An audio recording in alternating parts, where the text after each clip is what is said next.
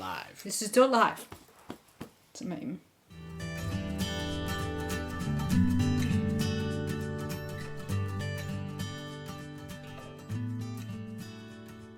Hi, I'm Bibi. And I'm Stephen. And we are Just Another Knitting Podcast. Welcome back. We're back in our room. We were away last week. Welcome to people who are joining us who are new. We've seen in our YouTube stats that people have been watching our back catalogue, and we've had quite a number of new subs in the last couple of weeks. So welcome. Yeah, we're very glad to have you. Thanks for joining us. And thank you for everyone who's returning and watching us. Our repeat customers, as it were. Yes, we appreciate having you too. Yes. Right, shall we... Let's crack right in. Indeed. So, we, in the last episode, we're actually filming in Melbourne. That's right. Yeah, we just got back off the train from Bendigo. Yeah, so we went to the Australian Sheep and Wool Show, which was in Bendigo, which is about a 2-hour train ride north of sort of northish. Melbourne.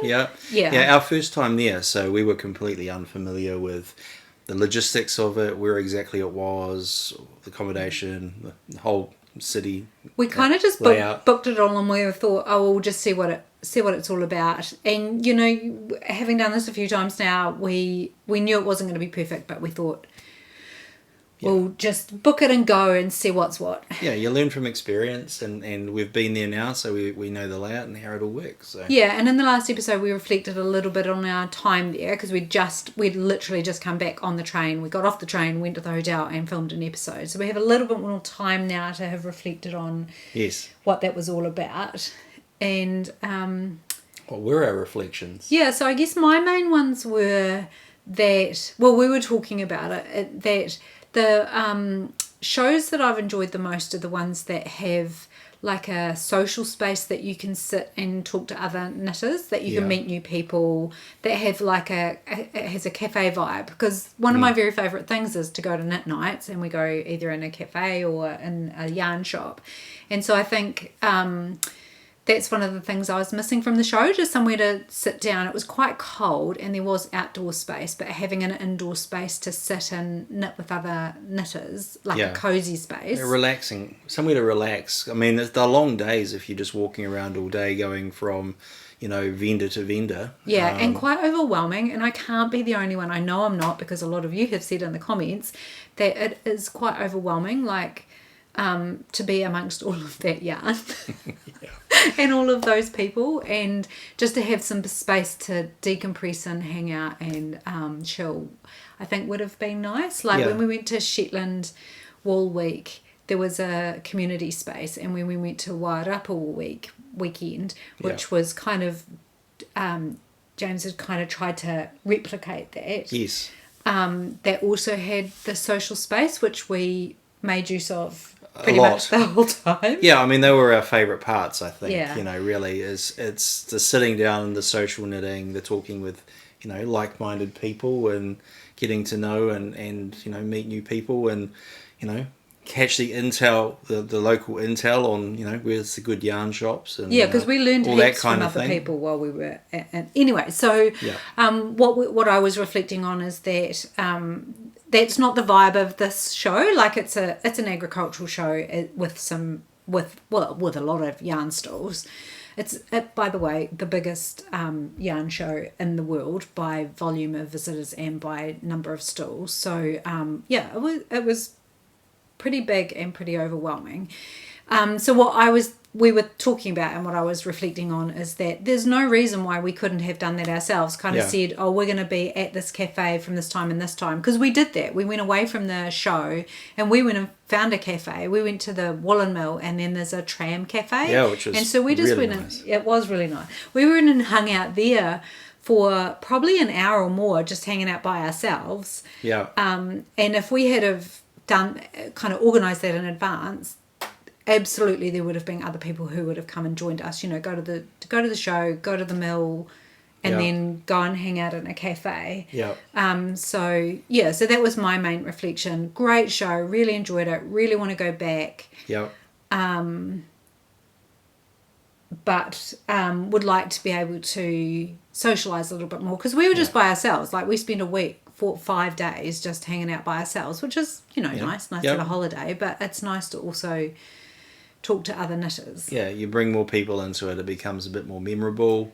We're not just wandering around and wondering where to and what next. So so that was my reflection. What about you? No, I agree completely. Like I said, my favourite parts of the shows that we've been to have been the social spaces.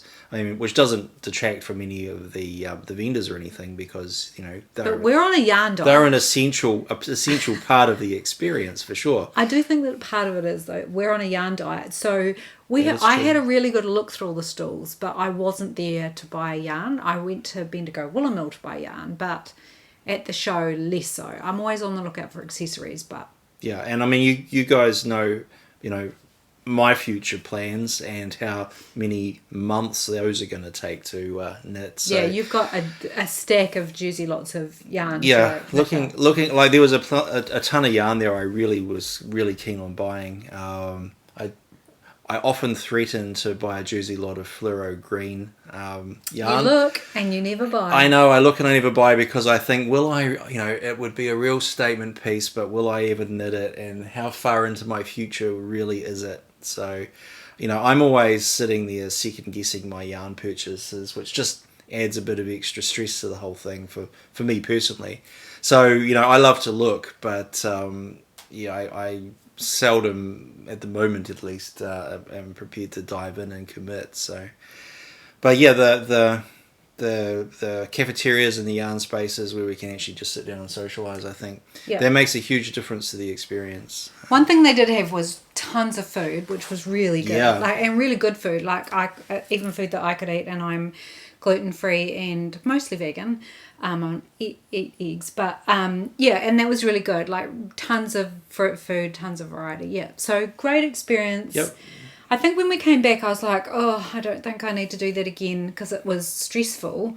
But I think if we did it differently, it would be less stressful. Like taking a car instead of the train, so that we can travel around a little bit more and go other places. It's really nice to be walking, but I think it means that we can go and visit other spots around Bendigo, which would have been nice. We've learned the layout. We know how it works. So now next time we go, we can do better. I want to go to Ballarat. Yeah, there's plenty of things to do in the space. So so that's our kind of summary of Bendigo. And we were going to say too that in the last episode we were going to put some footage at the end that Stephen took tons of 360. We've got an Insta 360 camera. Tons of footage, but just learning how to use it. Was our first outing with it. The footage is okay. There's plenty of it, but just figuring out the editing. The editing's taking longer to figure out than I would have liked. So instead of we put some pictures in at the end, and instead of doing an edited reel, we thought we'll just link to a couple of really good podcasts, which I don't have in front of me. I meant to prepare, but I didn't. But there'll be a link in the show notes, which is in the description box below this video, of a couple of YouTubers that we think did a really great job of summarising what the show is all about. So they did a much better job than we did, and we kind of warned you that it's not our forte. We'll just pop those below, and you should go and check them out if you're interested. You should. I mean, I think they pretty much videoed every single vendor there. Amazing. To do with yarn in detail. So, it was really good. Yeah, some of them are about an hour long, so if you want to effectively almost, vicariously walk the show, those are the reels to have a look at. So. And we will happily pass it on to people who are better at it than we are. Yes, and we'll try again next time. We will keep trying. We'll do better. We're just getting the hang of this indoor thing without adding in the complexity. So let's move swiftly schedule. On. So what are we wearing today? What are you wearing? Oh, what am I wearing? I thought you wanted to go We're first. burying the lead. Okay. So I'm wearing Carver today, and it's a pattern by Julie Hoover. I knit it in, it's the one and only, it's knit in Rebel Light from Outlaw Yarn, which is still available. This is different because it's mulled, so it's actually 2 strands of Rebel Light held together. So it's mulled and heavily textured, so you get a real 2-colour effect. It's a sort of a light blue and mid blue. Or green, as I would say. Yeah, it is kind of greenish, the darker one, so I'll give you that. It's more green, it's greeny blue, teal. So the colourways are long since defunct, and I don't remember what they are, but I'm sure Deb has plenty of colours that are similar and would work together. But yeah, it was my first cable knit? I guess it really was my first. It was like your second jumper. Yeah, it was my second jumper. It's very oversized. The reason I'm wearing it today is it's the weekend, it's a bit cold out, and even though I've said before this jersey is way too big and for me to feel comfortable wearing it around the place outside, really, it's a really great oversized jersey just to hang out on the weekends in, and I frequently put this on. Cozy vibes. It's cozy vibes, it really is. So I do enjoy wearing it. As a knit, it's a very precise knit. Like all Julie Hoover's patterns. Yeah, maybe not quite as precise as the Redford was in terms of row counts and the like, but the biggest challenge I found on this was actually the capturing of the seed stitch as it meets the cables, because it was almost a little bit it wasn't consistent. So some rows finished with a purl, some rows finished with a knit, but in different places, so it became a little bit more artistic. Bit of artistic license to try and resolve how that was working. Yeah, you couldn't follow the pattern directly. It was either that or I was doing it wrong because it was my second knit, so go figure. But anyway, so this is what I'm wearing today. It's Carver. It did have more cables on it than I expected. Thanks for like, because every one of these, because it's a travelling cable, is a cable cross. Correct. So, and there was like about 13 or 14 of them on every round. So 2 here, 2 here, every row. That's right. Yeah. Yeah. You did get resting row, but 1 every 2. So yeah. Yeah. It was a bit of a slog. In the round? It was knit in the round, which was nice. So it's actually not a raglan now that we mention it. It's actually a faux raglan. So that's just knits and pearls to make it look like a raglan, but the yoke is actually knit like a yoke, and there's no seaming on it or anything, which I appreciated. So it's more like this. Yeah, it's like a yoked sweater, but with raglan details on it. So yeah, no, it was really good. I enjoyed it. I did knit it. So the size I knit was 55 inch. I'm not sure what that converts to in centimeters.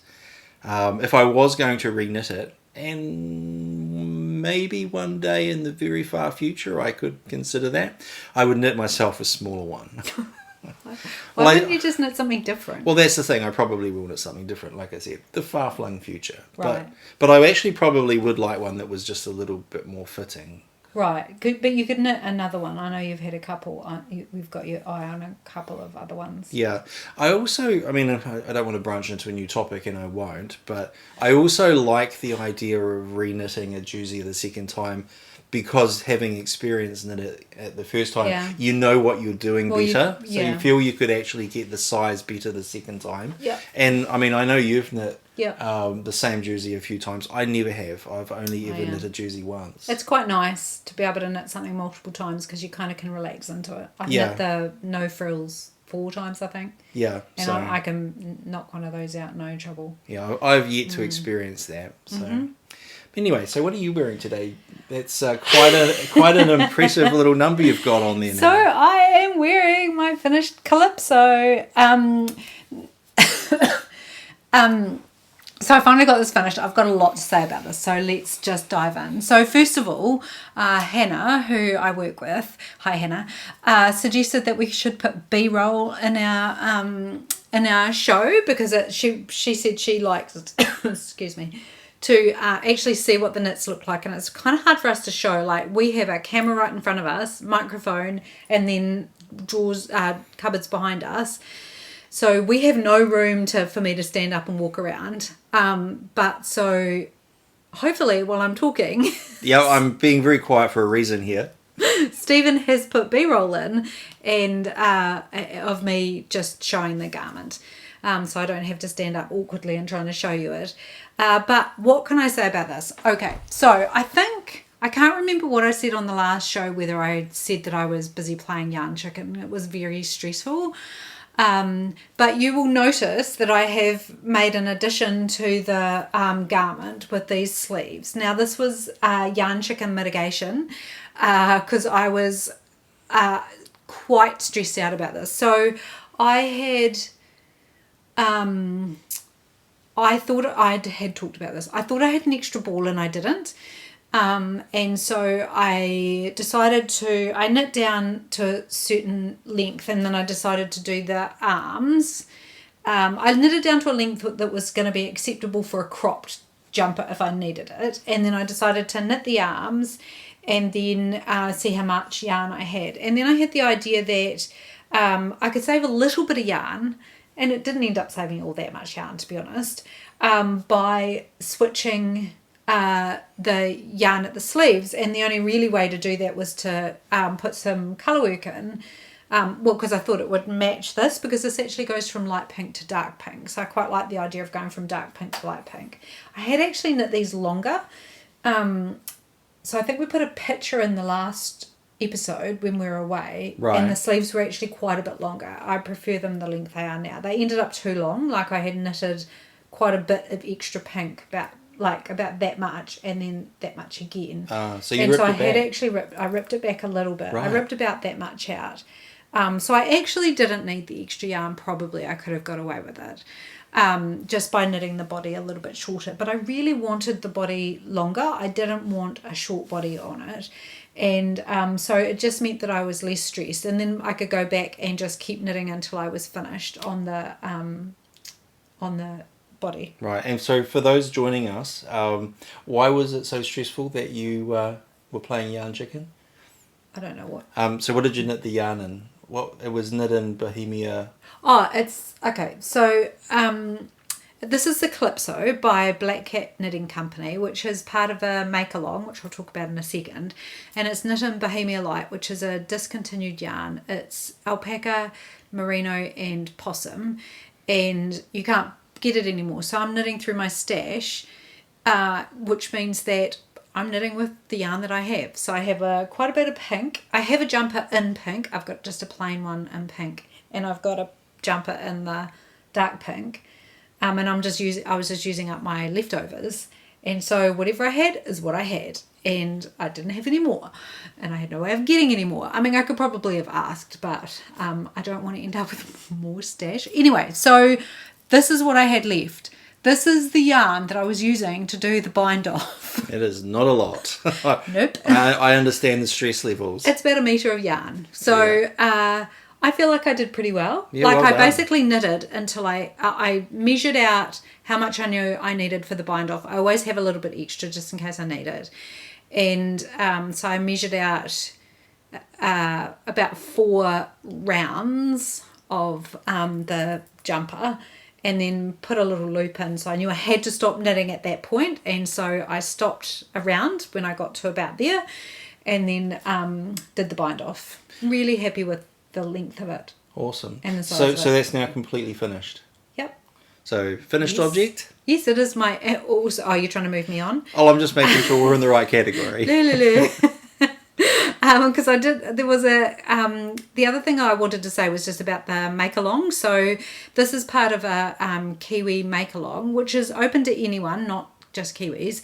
The idea of it is that you knit with either a New Zealand designer or a New Zealand yarn. This is both a New Zealand yarn and a New Zealand designer, so it's part of the make-along. We're participating as prize givers and, promoting it. We're really keen for people to get involved. It's running from June the 1st it started, and it's running till the end of this month. Still time. You could knit a hat. Yeah. I could probably knit a jumper in that time. And I could probably cast on. Yeah, that doesn't count.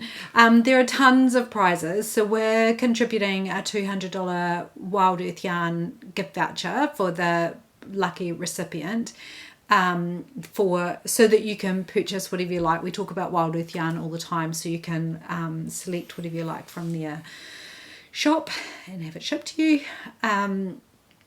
And there's a Revelry page and lots of other podcasters. There's about 10 podcasters contributing to the knit along. So there's information in the description box below about who they all are, links to all of their podcasts, plus a link to the Revelry page that the knit along's happening on, which I haven't visited. I need to post this. I was going to say, have you posted that up yet? Not yet. I need to get on with that. It's been It so that's the make along, and that's what I knit this for. I'm very, very happy. Just overall, the pattern was really good. It was really well written.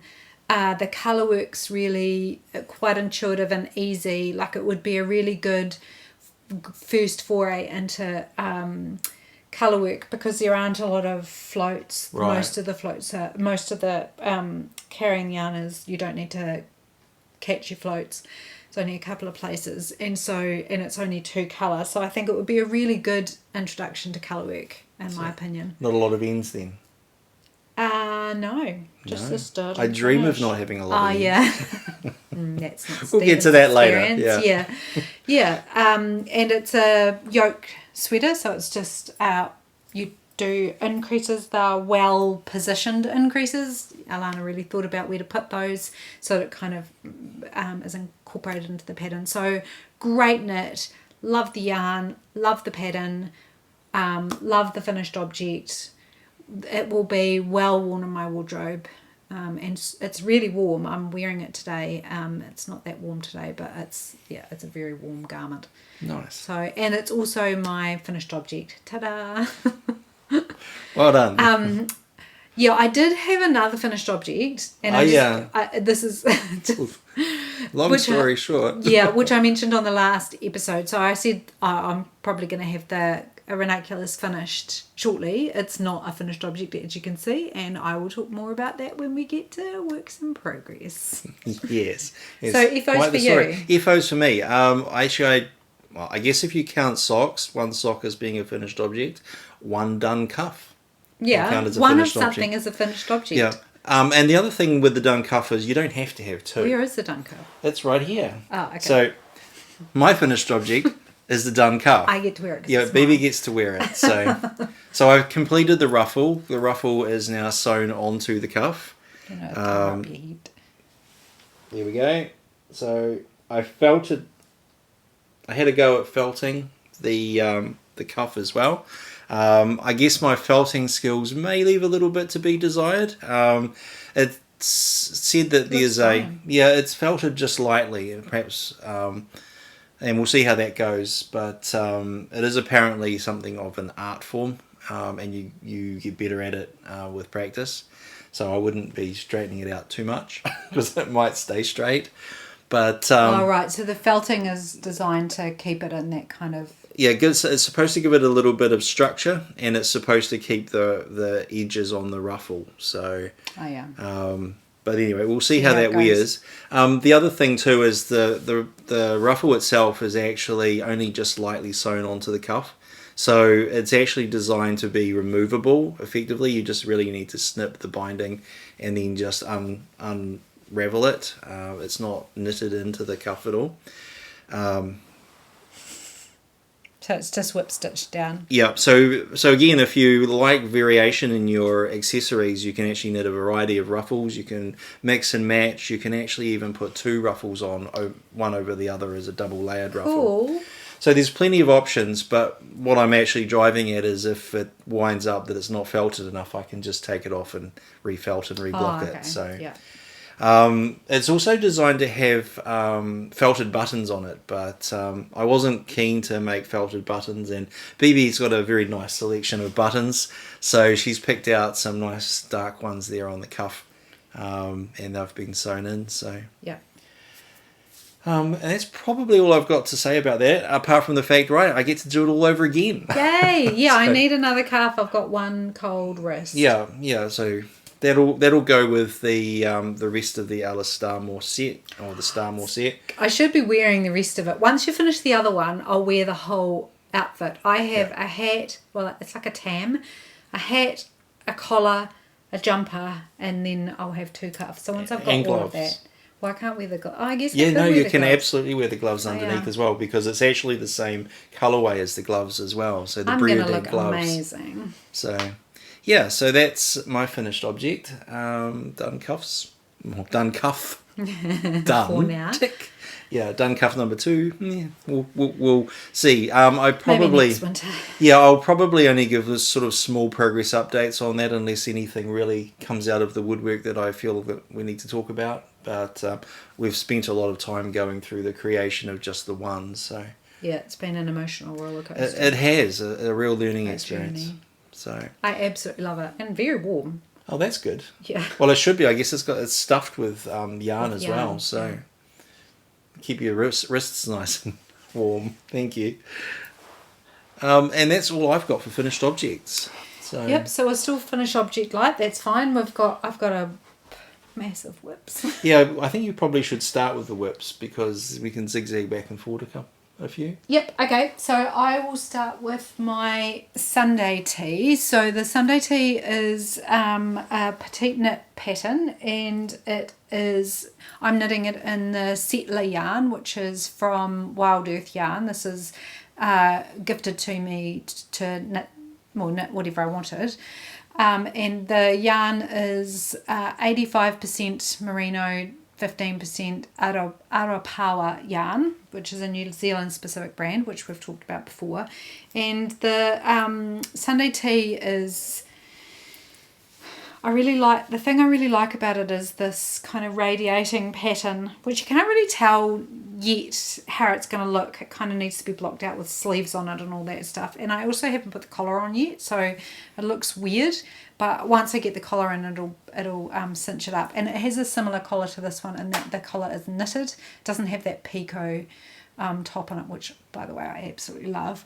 But it's knitted rather than ribbed, and folded. So I'm keen to have a crack at that. This one I knitted down, and this one I'm going to try just whip stitching down, just to try different ways of doing that. And I'm just using this as my on-the-go knitting. So normally I'd have a sock, but this is actually quite small, like it's quite compact. So and it's just stockinette, like miles and miles of stockinette now. So I just take it when I'm going out and about, and I've just got to, knit for the rest of eternity in stockinette. I must say the yarn is beautiful. It's like the perfect combination of, it has I wouldn't say it's rustic, but it feels like wool. It feels a little bit woolly wool, but then the merino is really, really soft. So it's absolutely stunning and comes in beautiful colours. I would highly recommend this yarn, and it's nice and it's very fine. I'm really enjoying knitting with it, and it's going to make an absolutely beautiful garment. I think the yarn does a really good job of disguising the increases in the rib. And in her pattern you can really see the increases, but you can't really particularly see them. No, there. I mean you can kind of see them if you look closely, but I think if you look at the Ravelry photos for this, a lot of people knit in sort of like cotton or linen blends. Yeah, it's designed to be knit in cotton. Yeah, and it is much more obvious, and while that can be a feature, I think it looks really nice in the yarn. Yeah, and I'm going to knit it with long sleeves because, I never warm enough. Let's just say. No, fair enough. Do you want to have a go? I'll have a go. Let's see. I have made some progress. So I'm knitting Bibliophile by Alicia Plummer. Sleeve separation. I'd like to say I have a lot to say about this, but I'm not actually sure I do. So, holding it up, I have, managed to get past sleeve separation. Which took you longer than you thought. It took me longer than I thought. I keep knitting, and I'm a little concerned I may have knit too far. What do you mean? Like the sleeves might be too, like the top upper chest part may be a bit long, and the separation may be a little low relative to the size of the shoulders, but it is what it is. Like, again, I come down to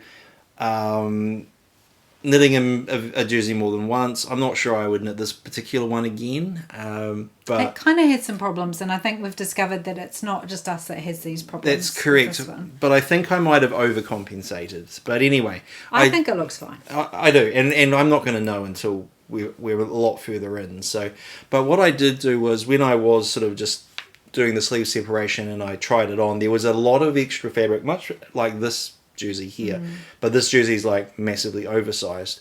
There was a lot of extra fabric here, so what I actually did, and I talked last time about maybe making the sleeves a larger size, was I actually, rather than just sort of increase the number of stitches on the sleeve, I actually took some of the stitches from the body and incorporated that into the sleeve. Yeah, so it was advice given to me. I definitely won't take credit for it. But I thought that was a good idea. So the sleeves themselves now are definitely a size larger.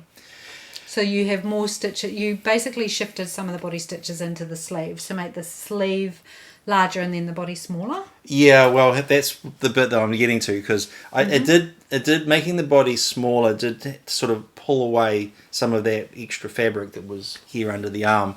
But then I was like, well, there's still a bit of a ski hump to get over further down. So I thought it was a particularly bad idea to take away around the 6 inches. So I basically did a little bit of reverse shaping, and so I effectively on the consecutive rows, I added those stitches that I took away back in. So under the armpits, the sides actually grow back out to the correct number of stitches. So you've basically put a gusset in. A reverse gusset. That's kind of it kind of says that way rather than that way. An upside down triangle. Yeah. So I'm going to see how that works. I mean, we're just trying stuff here. I guess when you're dealing with these kind of stockinette projects, and let's be honest, the outcome isn't critical. I'm going to get a jersey. It's a basic raglan. I'm going to wear around. So you can play. Yeah, I'm happy to play, and I'm using it as a learning experience. I'm learning it to try and see what doing different things with stitches and stitch counts do in terms of shaping it, because ideally I will get to the point where I can actually modify a garment with some degree of confidence that it's going to fit me better. Which is why I've spent so much time knitting raglans, because I want to know how to modify it to my body. And you've knit dozens of raglans, and I've maybe knit less than what I've got fingers on one hand. So you're way more experienced at that than I am. So I just have to I have to persevere. I will have a few missteps on the way. I think you're kind of on track now. But yeah, so we'll see how it goes. I'm looking forward to seeing what the true size of the shoulders and the arms actually turn out to be, and whether I've got some aggressive blocking to do around the middle. One thing I would say is that you've left the neckline, which is, I think, a good thing to do, because then you can come and do some adjustments there, because it's one of the places that you really need it to fit well. Yeah, and I really like the neckline. I actually think the neckline is a really good size. Normally I'm dubious because they usually come out way too wide, but that's a nicely shaped neckline, and it sits down in the front, which is nice. Yeah. The way that Alicia Plummer has done the short rows means that it's a nice shape. Yeah.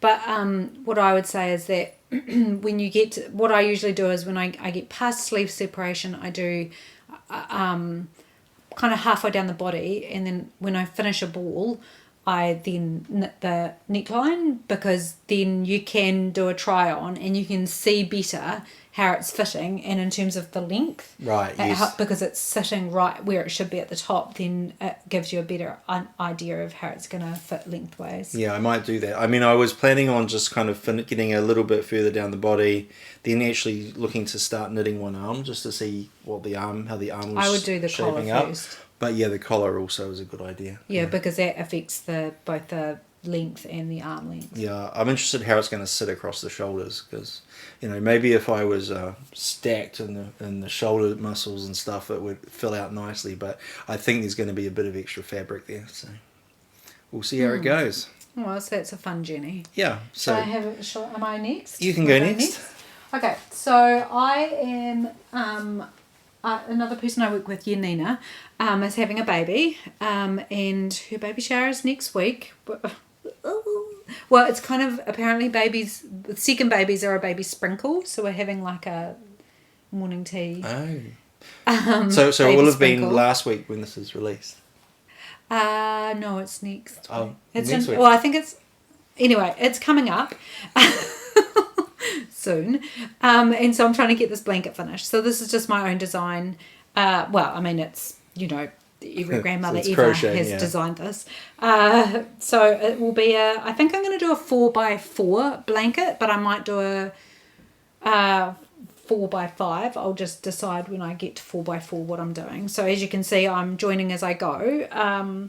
So I make a square and then join it on, and I'm kind of trying to smash out some squares at the moment. So I sat down this morning and did some squares, so working on those, and hoping to have either a 4x4 blanket or a 4x5 blanket finished within the next few days, so I can get it blocked and ready to go. Nice. So that will be my focus, I think. I've got one other thing that I want to finish, which I'll talk about in a minute, and then I'm going to finish this. And the yarn I'm using for this is my own pattern. I'm not using a particular pattern. It's just a peggy square blanket, but I'm using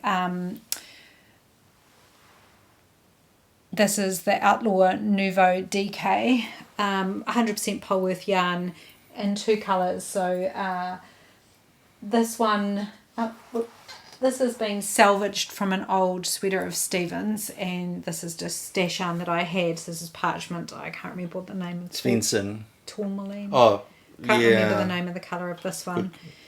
Sorry, wrong name. Yeah, and so this is a discontinued yarn, but 100% Polworth, which is lovely and soft. It's great for, I think, baby garments. Very good. Baby blankets. I've got a couple of jumpers knit in this as well, and every time I put them on, it's like wearing a soft, fluffy cloud. But it's such nice yarn. I absolutely love it. Right. So that's another FO for me. No, whip for me. Okay, my turn? Yep, your turn. Alright, so the other whip that I'm working on is Glenesque. So I'm still working my way up the body. I feel like Glenesque is a member of our family at this point. Almost. I'm 2 rows away from what I'm going to do as a sleeve separation. Look at it. So, holy cow. So again, we've talked about my row gauge issues on this. So what I've done is I've knit an entire additional repeat. So that's from here? So ordinarily sleeve separation would have been here, or the start of the steek. Here actually. And so I've knit all of this extra fabric up here. But I'm actually not sad about that, because I have this issue and that a lot of the ferrule and a lot of the jerseys that I knit are actually, when they're knit to a row pattern or pattern number of rows, they're too short. They're not comfortably at a comfortable length for me. So I'm actually pretty happy that this particular jersey is about probably this much longer than the actual pattern. And as we discussed on the last show, you have a long body. I do have a long body, and if it is too long, I do have the option of blocking it out sideways to shorten it up a little bit as well. Yeah, which is quite a successful thing to do, I think. Yeah, so I'm pretty happy about that. The only thing that I've done by doing that that would perhaps be negative is this is a kit with a finite amount of yarn. Oh, it's so stressful. So I've just gone and put a whole additional unpatterned pattern repeat in there. So I'm hoping the excess yarn will be okay. I do have a backup plan, however, because most of the colours that are in Glenesque are also in Henry VIII, for which I bought a kit that I'm not going to use that yarn for. So most of the colours I already have backup balls of yarn for. So then you could actually just, if you run out of any colour, you can just get some more. Yes. There was a very stressful moment before, though, when I found I had a small ball of yarn and I thought I might have lost one of the balls. And well, you had lost one of the balls, but then you found it again. Yeah, exactly. So because I also went on the Virtual Yarns website to see if I could buy another ball of that, and it was like the only colour they don't have. So so I'm hoping I don't run out of that. So, that was a wee bit stressful. Yeah. So so that's by Alice Starmore. Jade Starmore. Oh. Yeah. Gleneska's Jade Starmore. Oh, yeah. And it's in the Hebridean two-ply. Oh, yeah, I missed all that. Same as the Duncalf. Launched into the trials and tribulations. That's right. So Hebridean two-ply is from, it's their own yarn, and you can only buy it as a kit. No. Is that right? No, you can buy individual skeins of it, but you can only buy... No, I mean the pattern. Oh, you can only buy the pattern as a kit. That's correct. So you buy the pattern, they give you all of the yarn of the appropriate size to knit. So which is why you've got the Henry VIII kit that you don't intend to knit into the Henry VIII. Correct. Which we'll talk about later. Yeah, correct. Chaos. So, okay. So that's Glenesk. Coming along well. Like you'll get to sleeve separation today. I will. Which actually just means knitting the steek. Yeah, so I'm going to start knitting the steek. So I'm not an experienced arm steek knitter either. So I do have some future concerns around, is the steek armhole going to be of the right height, or is it going to be too small? Yeah, because if your gauge is off row wise, then you might need to knit some additional rows. We'll see how that goes. So yeah.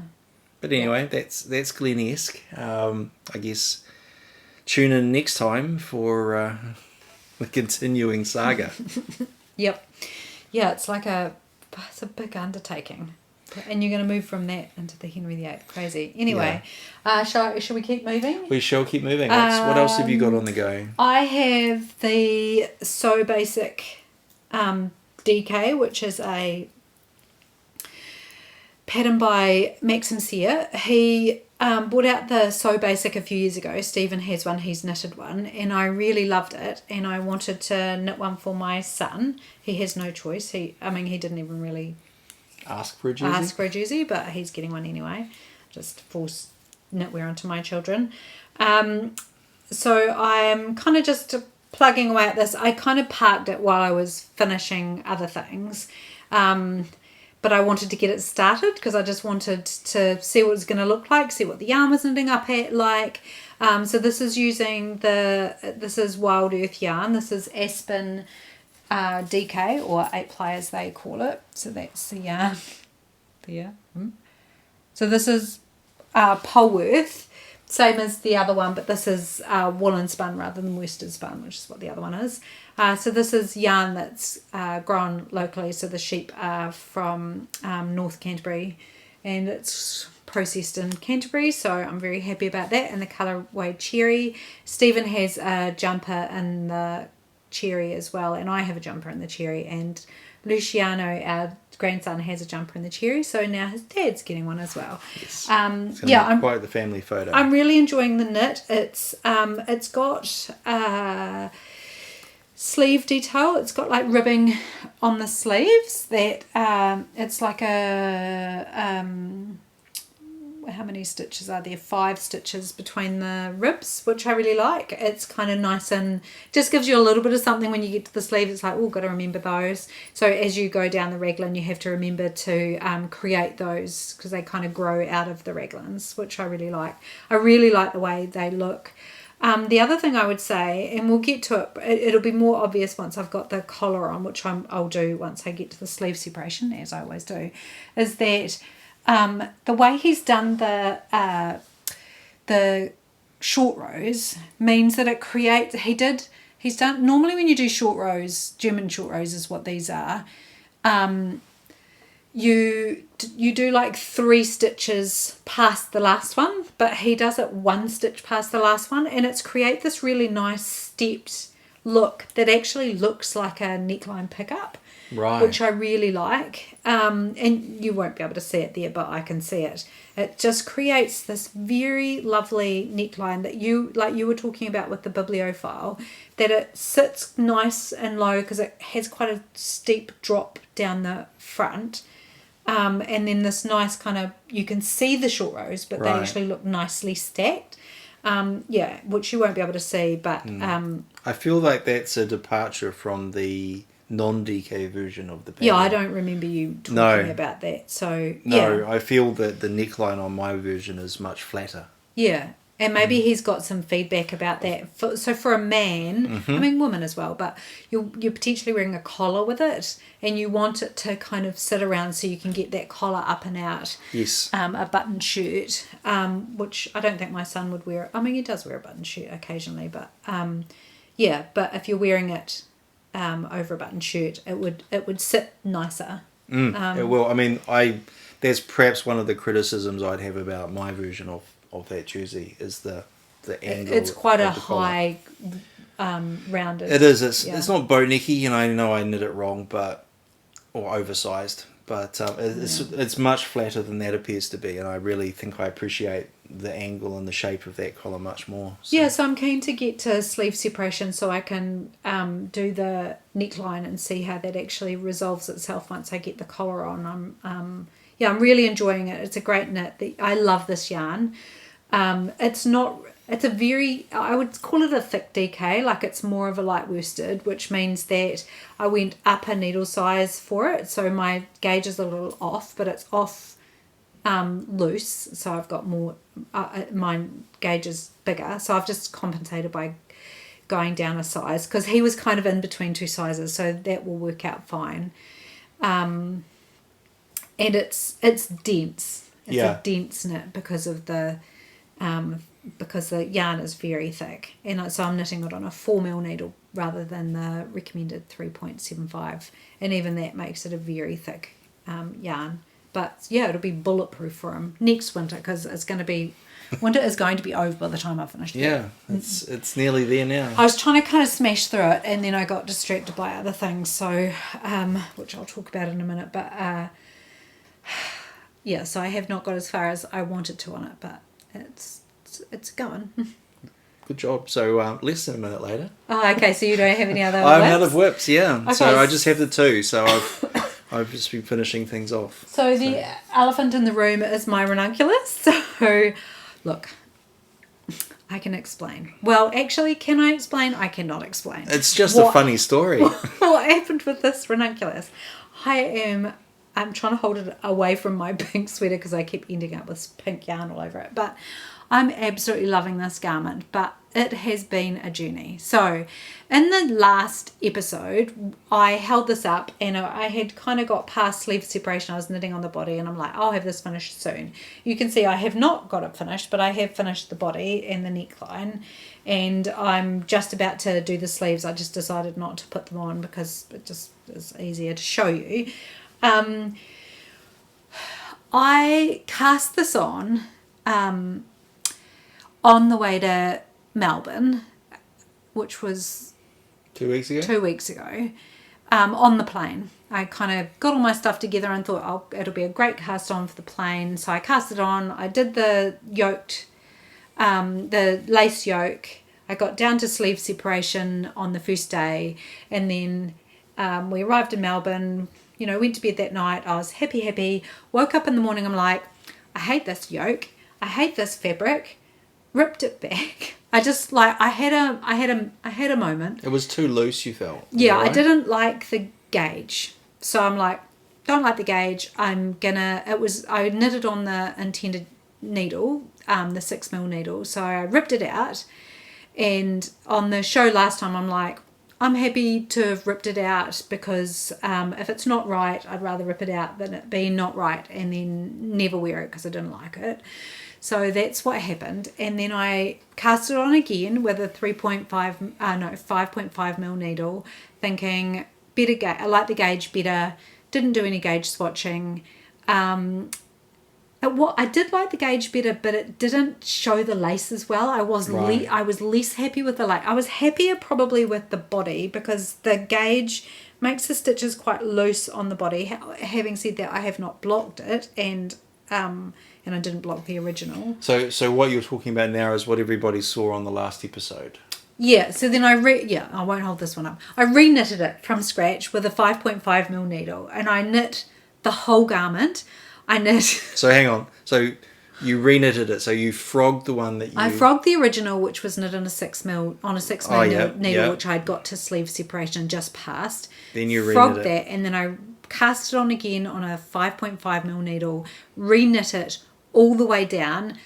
Had a feeling I was going to run out of yarn, so I stopped probably at a very cropped length. It would have just covered my belly button, and knitted the sleeves. Ran out of yarn halfway down each of the sleeves, but was kind of trying to see, like I had separated a skein, and I thought, okay, 2 skeins for the body, 1 skein for both the sleeves. Let's see how this goes. So half a skein for each of the sleeves it got me to about here. And then I was thinking, oh, maybe I could do the same as I've done here, or I don't know what I can do. Maybe I can knit like a long cuff in a different colour, and then a long cuff on the body to get it a bit longer, because I didn't want it to be cropped. And so I was playing mad yarn chicken, which I hardcore lost. So this is what it looks like to win yarn chicken. This is what it looks like to lose yarn chicken. So I did say on the show that I was going to see if Deb had anything that was similar that I could potentially knit with it. So I was like, I had a plan. I was like, yep, I had finished it up to the cuffs. So I'd knit down the sleeves, I'd knit the body, and I'm like, I'm just going to put on cuffs in a different colour and it'll be fine. So I went and Stephen went and got me some more yarn. So this is the yarn I'm actually using for the garment, which is Rebel Worsted, which is woolen spun, 80% merino, 20% New Zealand half bred, which is a New Zealand specific yarn. But not that colour. And this is black, and then this is called 6789. They're songs, and this is Drift Into That Void. So these are the colours I was trying. They look very similar on the screen, but this one's like a browny grey, I would say. And neither of them obviously are the same colour as the garment I'm knitting, because this is like a grey and this is an old colour. So I was like, yep, I'm just going to knit black cuffs. As soon as I saw it, he brought it home, I'm like, no, this is a beautiful colour and I'm absolutely going to knit something with it. I'm going to get some more of this and knit something with it, even though I'm on a yarn diet, because I love it. This is the Drift Into That Void. It's as black as you can get without being completely black. You can still see a brownie tinge. You can see a slight brown to it, but it's absolutely a beautiful colour. So I'm definitely going to knit something in there. I need a sweater quantity, 4 skeins, not 3. Holy cow. So I looked at the black. I'm like, I know I'm not going to be happy with this. I know it's not going to look intentional. It's going to look like, to me, every time I put it on, I ran out of yarn. So what did you do with that? I immediately frogged it. Stephen got the yarn. He came home. I looked at it. I didn't even wind it up. I didn't even try. I was just like, nope, pulled the needles out, ripped the whole garment out. Right, so everything that you showed last episode, ripped it out, gone. Okay, so everything you're seeing here now is brand new knitting. So then how did you solve your problem? Well, I was like, I didn't magic up any more yarn. I'm like, okay, back to 6mm needle, because the problem was that the reason I ran out of yarn was because I had row gauge issues and stitch gauge issues. My gauge was off, so I was going to need more yarn to finish the garment, and I knew I had enough yarn if I knit it on gauge. So now I'm back on gauge and doing quite well, knitting the size that I intended to knit to start with, which is the size 4. I have the length that I want it to be at, which is just kind of like at my hip fold, and I have on the body got that much left over. So I've knitted the whole body, knit the cuff. I've actually left the bottom ribbing on the cable. I haven't cast it off yet, because I will knit whatever I've got left over. I'll just finish up knitting rib around the bottom, because I would like it a little bit longer. I can live with it being this long, but it could be a little bit longer. So this will go, for example, into the body. Right. That'll be a couple of rows, which it probably only needs. Could you cast off in one of those other colours? No, I'm not doing that. I know you had that idea, but I'm not doing that. Oh, it's just a question. And then I have 2 more balls to knit the sleeves. Wow, 1 each. Yeah. That's quite a lot of yarn left. But it's a big difference between the sizes and the gauge, though. Massive. Like the 5.5 and a 6mm gauge are completely different from each other. Yeah. Duh. Yeah, but I knew that. But that's actually, just looking at it, seeing how you used all of the yarn in the first one on the smaller needle size. Yeah, and I had not got. But having that much yarn left over for the sake of going up a needle size, my row gauge was way off. That is really eye-opening, actually. Yeah. Mm-hmm. Okay. Yeah, so before I had got to about here and run out of yarn. Now I've finished it and I've got yarn left over. So I'm pretty confident that I can knit the sleeves. And the other thing I'm going to do with the sleeves is I'm actually going to do decreases. So the Renunculus doesn't specify decreases in the garment, in the sleeves, but I'm going to do decreases. I'm not going to decrease till I get to about here because that's where I've got a little bit of batwing. So I'm going to knit down probably 10 or 15 rows and then start doing decreases. So I've got a little bit of room in the arm. And then I'm going to decrease all the way down to the cuff, just to give myself a little bit more yarn as well. And I'm confident that I'll be able to knit all the way to the cuff with the yarn I have available in the row gauge that is specified in the pattern. Amazing. Who'd have thought? So what a journey that's been. Yeah, and I have to say, the lesson for me here is that I often knit things. Like I set out, I knit things, I kind of change the gauge and I just do whatever, like I did in this one. And usually I'm successful. This was not successful and I was struggling with it. And previously what I would do is just power through, make a decision one way or the other about something that I wasn't happy with. And then I just wouldn't wear the garment because I'm like, every time I look at it, I'm like, I'm not happy with this. And then I've done that a few times that I haven't been happy with the garment. It's not what I wanted. And so I just usually give it away. And the person who gets it doesn't know my trials and tribulations with the garment and is happy with it. But I really want this garment. I really love this garment. I really love this wool. I really love this garment knit in this wool. And so I wanted to persevere. And it was actually a really good experiment for me to knit it in one gauge and then knit it in another gauge and be able to compare those gauges, like knit the whole thing twice. Yeah. It's a great lesson for me too, and I don't have to do the knitting. Yeah. So knitting it 3 times just to understand what it is that I wanted. And I'm so happy with it now. I absolutely love it. I don't know what problem I had with it the first time. Jet lag. I suspect I was just tired and I probably should have just left it alone. But whatever, you live and learn. But I'm really happy with it now. And Deborah from Wild Earth, from Outlaw Yarn, is doing a knit along for this Renunculus. So I don't think she's chosen her colour yet. So she's knitting it in the Rebel Worsted. I mean, gosh, she has some colours to choose from. She sure does. And it's a 3 to 4 skein knit because they're big skeins. The Rebel Worsted is just checking 250 metres of yarn. So the Renunculus in the size I'm knitting calls for 700 metres. So definitely is a 3 skein project if you're knitting it in the probably up to about a size 4 or maybe a 4 skein project, which is pretty good. So I'm super happy with it.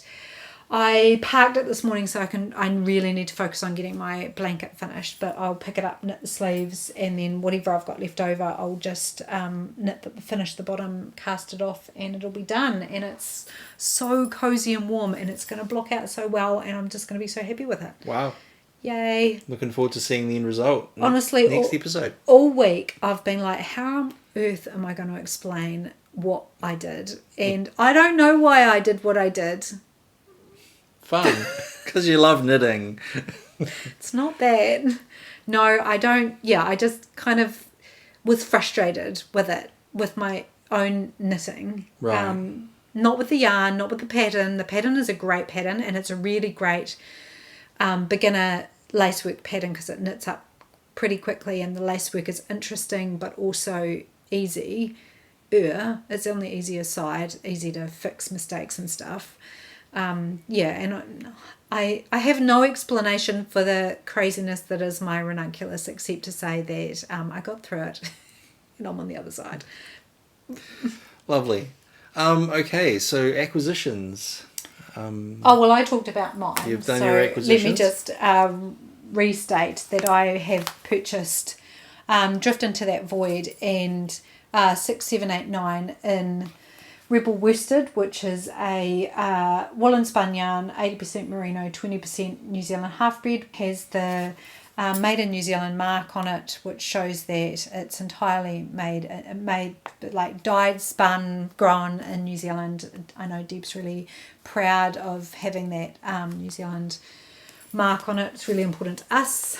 We like buying New Zealand yarn, and I think this will end up in a blanket. I have a bunch of Rebel Worsted that I'm saving up to make into Peggy Sweat blankets, so that will end up in that. And this will, I think I'll go and buy 3 other skeins of and have a sweater quantity of it, because I really want to knit a sweater in it.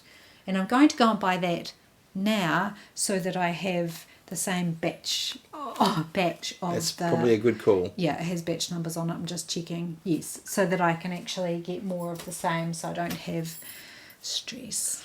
Fair enough. And my acquisitions. So I went and visited Deb at Outlaw Yarn as well. So I'm going to roll my acquisitions and my future plans just into one, just briefly. So I effectively purchased the balance, or the gradient for my Henry VIII that I'm planning on knitting. So Deb very kindly dyed an extra shade of brown. So this brown on the right here is not the brown that I used in my swatch. It's actually a brown which is just a little bit closer to the gradient. So if we were to compare the two, this is the brown that I used in the swatch that I thought was just a little bit dark, and I'm not sure if you can see the difference in colour there. This one is just a sort of more wooden brown, and this one is just a little bit more honeyed brown, which fits better in the gradient. So I haven't knitted into the swatch, I'm just going to run with it now. So those are my gradient colours. My acquisition was effectively buying, I now have, I think, 3 skeins of each, maybe 4. Way more than I need, but it's basically these colours go on every single row of the Henry VIII. So, and I might have enough for a hat or something afterwards. This colour will go on every row, you mean? No. Well, the colours as a gradient will go across every row. Ones. Correct. You're doing all 4. Correct. Oh, I see. But I need about probably 12 skeins in total between them all. So the colours, we've got, in terms of colours, we've got Make a Stash, we've got Caviar 4-star, I Was Really Drunk, and I Need a Learjet. So that's the new colour. So your Deb's very creative when it comes to colour, to naming, and now you understand why I can never remember what her colourways are. So they're blue, they're green, they're brown, but they're really good when you've got a wide variety of colours and you actually need to be specific. If you have an opportunity to go into the shop, if you're local, or if you look online, what you will see is that Deb dyes gradients really, really well. Like, these graduate from one to the other so well. So if you're looking for gradient colours, and she has like pinks and purples and greens and blues, all that do this in 4 or 5 shades. If that's something you're interested in, definitely check it out, because it's pretty much what she specialises in. And this is also 80% merino, 20% half-bred, 193 metre skeins. So they look little, but they are mighty. Yes. So these are the light version of your worsted spun. And we have probably about... How many skeins of it do we have? Probably about 50 skeins of this. Many skeins. We bought 1 or 2 colours of a whole range of colours, so that we have kind of like a pick a mix of colour work options. Yes. and now we can sprinkle these new ones through our stash and make beautiful things. Yeah, so some of those are the colours that I've got for my Henry VIII. I've pulled a couple out. Deb has attempted to dye, or is dyeing a couple of the purples. So I've got more options because I think there's one skein or one purple I want to use where there's only one skein that we've got. So so if she can get it close and then you'll use... If she can make that, I'll get 2 or 3 skeins from her of the new colour and I'll blend that into the mix as well. So anyway, that's all I really wanted to talk about with Henry VIII. I've got to finish Glenesque before I get into this, but this is really my next project. Oh, it's going to be great. And you can't beat a Colourworks sweater knit on Rebel Light. No, I mean it's my all-time favourite jumper. Comes up so nicely, yeah. So, and what about your future plans, BB? All right, so future plans. Yanina's having a baby, and she messaged me the other day at work. We talk about knitting at work a lot. There's a few knitters at work, and said that she'd really like a little wolf bonnet for her new baby, random, and she sent me a picture of like a little bonnet with a onesie, and I was like, I don't have a pattern for that, and I kind of had a look around. Knitting for Olive and Petite Knit both do a lot of baby knits, and so it made me think of the bear bonnet. It's like BEAR, bear with little bear ears. And so I'm like, I'm pretty sure I could kind of do something with that. But what I didn't realise is that Knitting for Olive has a baby bear suit. So it's like a onesie with a hood. And so I said, how about this? And she said, yes, great. And so I looked at the pattern. I bought the pattern, looked at the pattern, thought that I can probably turn little roundy bear ears into pointy wolf ears. Excellent. Yep. So that will be a journey. Like it does tell you to do shaping, and so I figure I can just do different shaping, and let's see how that works out. It's going to be interesting.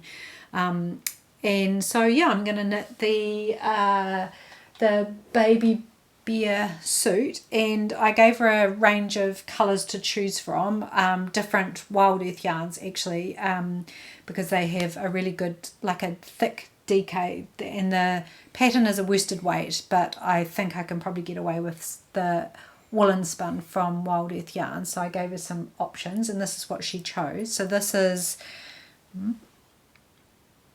called Recycled. It's a recycled DK. It's made of it's recycled yarn from Wild Earth yarn, so it's mostly merino, but it also has a variety of other wools in it, so it's very multicolored, and it comes in a variety of different colors. But this is I'm pretty sure this is shade 9. This is quite old. I've had this for a while now, and I knit my Sophie hood in it, but it kind of has browns and reds and blues and pinks, really nice colors. So this is what she chose. She thought that looked quite wolfy, so I'm gonna knit the baby a newborn sized onesie. It's just about to be summer here, so like we're coming into the summer season. The baby's not due till mid-September, or end of September, so it's not going to get a lot of use. So I thought I'd knit a newborn size, right. So it'll be good for a newborn baby. But so it won't take me long to punch that out. Nice. Yeah, so that's my my future plans, and then my other future plans are just whatever's next in my Revelry queue, based on my 20 and 25, which I think is a hot water bottle cover, which I'll be knitting in the Pucci, which is Kate Davies pattern, and that will be knit in Bohemia worsted. Nice. Same yarn as this, but the worsted version. Fluffy for your feet. So nice. I've knit a couple of them already, and they're delightful. Well, I guess with that brings us to the end of our list for another episode. Yes, yep, we don't have anything else, so It's time to wrap it up. Yes, indeed. So thanks for sticking it out for the roller coaster ride. Yes. And we'll be back in 2 weeks' time then you can see where on earth this absolute chaos is up to. Yes, and feel free to drop us a comment so we can engage. And if you've got any suggestions or ideas for anything that you've heard us talk about, also feel free to drop them in the comments. Yep, I love reading the comments. We get some really good ideas, suggestions in the comments. Yep. I've had a few light bulb moments from things people have said in the comments, so thank you if you have done that. And it doesn't even have to be the most recent episode. If you're running through the back catalogue and something pops to mind, if you put a comment on that, we will see that straight away as well. So, yep. And yeah, if you like this and want to keep watching, please feel free to subscribe or drop a like. We appreciate that. Just so you know you're there. Yeah, it's sometimes it actually feels a little bit. We watch, we can see it, the views and all of that, but sometimes it's like staring out into the void. It's just that little bit of affirmation that just helps us along. So yeah, thank you very much. Have a good 2 weeks, and we'll see you soon. You will indeed. Goodbye. Ka kite anō.